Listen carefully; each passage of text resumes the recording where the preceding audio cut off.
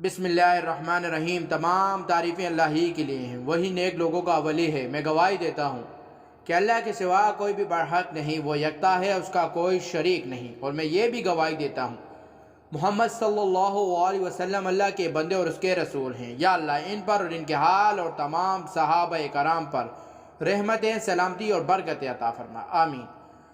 روحانی ورڈ وظائف کے تمام بہنوں اور بھائیوں، السلام علیکم۔ کیسے ہیں آپ سب؟ امید کرتا ہوں کہ آپ سب خیر و عافیت سے ہوں گے۔ بہت سے مرد و خواتین جو ہے وہ اکثر یہ سوال کرتے ہیں کہ ہمارے وظائف میں تاثیر کیوں نہیں۔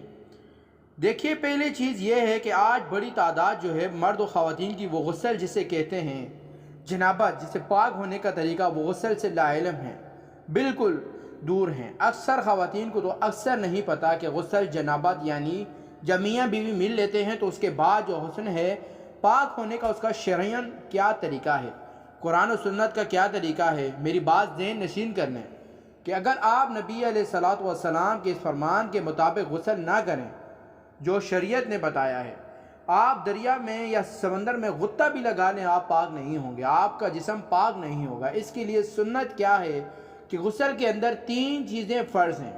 غسل کے اندر جب انسان ناپاک ہوتا ہے، نجس ہوتا ہے، تو 3 چیزیں فرض ہیں۔ پہلی چیز کیا فرض ہے کہ انسان پہلے غرارہ کرے، منہ میں پانی لے کر جائے اور حلق تک پانی کو لے کر جائے، پھر واپس پھینکے اور ایک بار غرارہ کر لے یا 2 بار کر لے۔ اب ایک بار تو فرض ہے، اس کے بعد ناک کے اندر پانی کو لے کر جائے اور ناک کی اس کچی ہڈی تک پانی کو کھینچے۔ اگر روزہ ہے تو پھر ناک کے اندر ہلکا سا پانی لے جائے، لیکن کھینچے نہیں۔ روزہ نہیں ہے تو پھر ناک کی کچی ہڈی تک پانی پہنچانا فرض ہے، لازم ہے۔ یہ 2 عمل سنت فرض ہیں۔ اس کے بعد تیسرا فرض یہ ہے کہ انسان پوری باڈی کو، پورے جسم کو پانی سے دھوئے اور پانی اس طرح بہائے کہ پورے جسم پر ایک بال جتنی جگہ بھی جسم پر خشک نہ رہے۔ پورے جسم پر پانی بہائے، ہاتھ سے پانی والی جگہ جو ہے وہاں ہاتھ پھیرے تاکہ جسم تر ہو جائے۔ اور یاد رکھیں، بہت سے مرد اور خواتین یہ بڑی غلطی کرتے ہیں کہ نہانے کے بعد وہ نجس ہی رہتے ہیں، ناپاک ہی رہتے ہیں اور نمازیں پڑھتے رہتے ہیں، ذکر کر رہے ہوتے ہیں، یہاں تک کہ بعض اوقات حج عمرے بھی کر لیتے ہیں، پاک نہیں ہوتے۔ اس کی وجہ کیا ہے کہ آپ نے پورے جسم کو تر کرنا ہے پانی سے، لیکن وہ غسل کر کے فوراً لباس پہن لیتے ہیں، لیکن آپ نے پورے جسم کو تر نہیں کیا ہوتا۔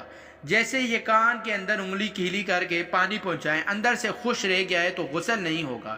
اور ایک ناف کے اندر انگلی سے پانی پہنچائیں، ناف کے اندر اگر خشک رہ گیا تو آپ کا غسل نہیں ہوگا، آپ پاک نہیں ہوں گے، عبادت قبول نہیں ہوگی۔ تو ہمارا وظیفہ آپ کو کیسے فائدہ دے گا؟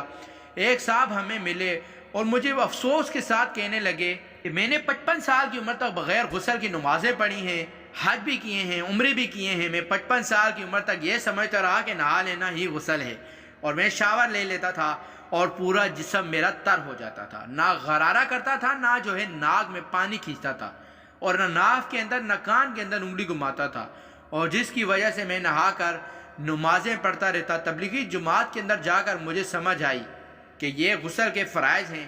اس لیے مرد و خواتین یہ سمجھ لینا چاہیے کہ جسم پاک ہوگا تو عبادت مقبول ہوگی۔ اور ویڈیو کو صدقہ جاریہ کی نیت سے شیئر بھی کریں۔ جزاک اللہ۔ پیارے بھائیوں اور بہنوں، میں امید کرتا ہوں کہ آپ کو ہماری آج کی ویڈیو پسند آئی ہوگی۔ اگر آپ کو ہماری ویڈیو پسند آئی ہے تو آپ سے گزارش کرتا ہوں کہ آپ ہمارے چینل روحانی ورڈ وظائف کو سبسکرائب کر دیں اور ساتھ ہی لگے بیل آئیکن کے بٹن کو پریس کر دیں تاکہ آپ کے پاس ہمارے آنے والی ویڈیو کی نوٹیفیکیشن پر وقت ملتی رہے۔ اور سبسکرائب کے ساتھ لائک بھی کریں، شکریہ، اور اپنی قیمتی رائے کا اظہار بھی کریں۔ اللہ پاک آپ کو اپنی حفظ و امان میں رکھے۔ السلام علیکم۔